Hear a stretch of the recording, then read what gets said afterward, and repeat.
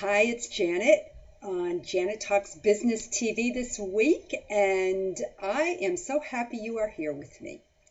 So, I woke up on the wrong side of the bed yesterday, figuratively, I mean. So, here's the story. First, let me just say that I love to get up early, and that for me means somewhere between 5 and 5:30. Now, I typically wake up at that time naturally, especially in the summer, because it just feels great to have the windows open and the birds singing and whatnot. So I recently started attending a spinning class at 7 o'clock in the morning on Tuesdays and Thursdays, and I just love that. I love the class because I love the camaraderie of the people who I spin with, and I love the way the instructor kind of leads us through this journey that feels both invigorating to me physically and spiritually. So getting up at 5:30, or at least by 5:30, would mean that I have plenty of time to do my meditation, to have coffee, to catch up on the news, and I may even get a few minutes to look ahead at my day schedule and kind of wrap my mind around what my objectives for that day are. I guess it's just part of my nature because I'm a planner and I like to know kind of how my day is going to flow. So anyway, back to yesterday. I woke up around 4:45 and I felt happy and rested. But rather than just jumping right out of bed, I laid there for a few minutes and I was enjoying the sound of the birds waking up. And I was thinking, oh, yeah, I'll just wait until 5. I have a few more minutes. I'll just lay here before I put my feet on the floor. Well, the next thing I knew, I smelled coffee. And it just jolted me awake, because I knew that if I smelled coffee, that meant that my husband had gotten up and had his shower and read the paper and made the coffee, and I knew that meant it was well beyond 5 o'clock in the morning. So, to my great annoyance, I found out that it was 5 minutes before 7. Well, I will tell you, when I say I got up on the wrong side of the bed, what that means is I was totally ticked off. I was so mad that I had missed my spinning class.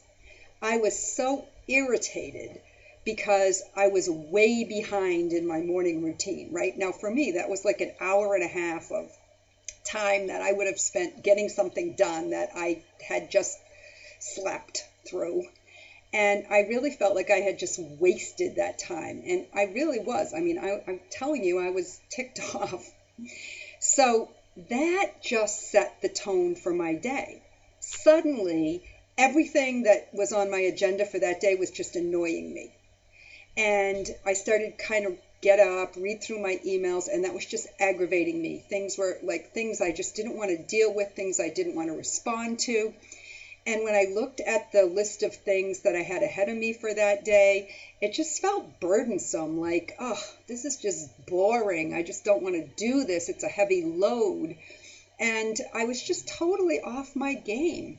And the worst part of it is that I knew that I was overreacting to something, and I knew that I didn't like the way I felt, and I couldn't shake it. Does this ever happen to you? Some stupid little thing will just set you off and your plans get foiled, and you feel yourself getting annoyed and frustrated, and you feel like you should just go eat something or drink something or go somewhere and you'll be able to escape this feeling that you have. And I don't know about you, but when I feel like this, it tends to spiral into even more negativity. So first, I feel disappointed that I missed something. Then I'm angry that I feel so disappointed, or I'm angry that I disappointed myself. And so then I get annoyed that I feel angry because it's totally irrational. Like, why should it matter that much?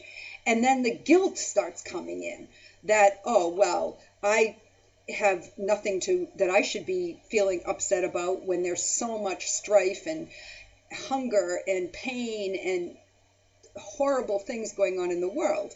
So then I start feeling guilty because I have this annoyance thing going on. What do you do when this happens? Well, here's what I did, and it's not anything profound or Herculean, believe me. I just trudged through it.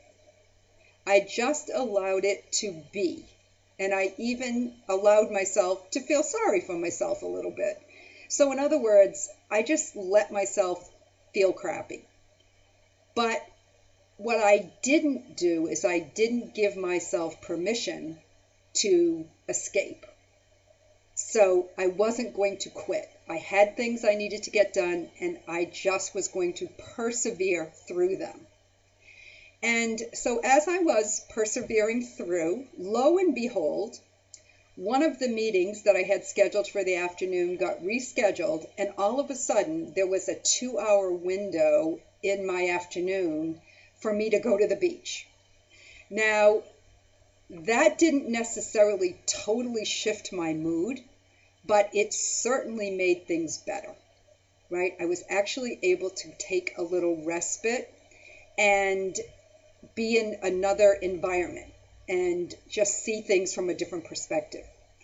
And so what my real message to you today is, and I guess I'm going to quote a poem, this age-old poem has come to my mind, and it's kind of a long one, so I'm not going to read it to you.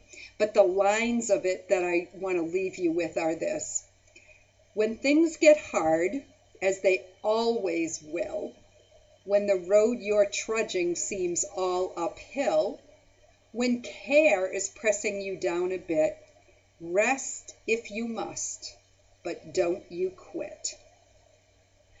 All right, I'll talk to you again next week. Have a great week and keep on trudging. Bye for now.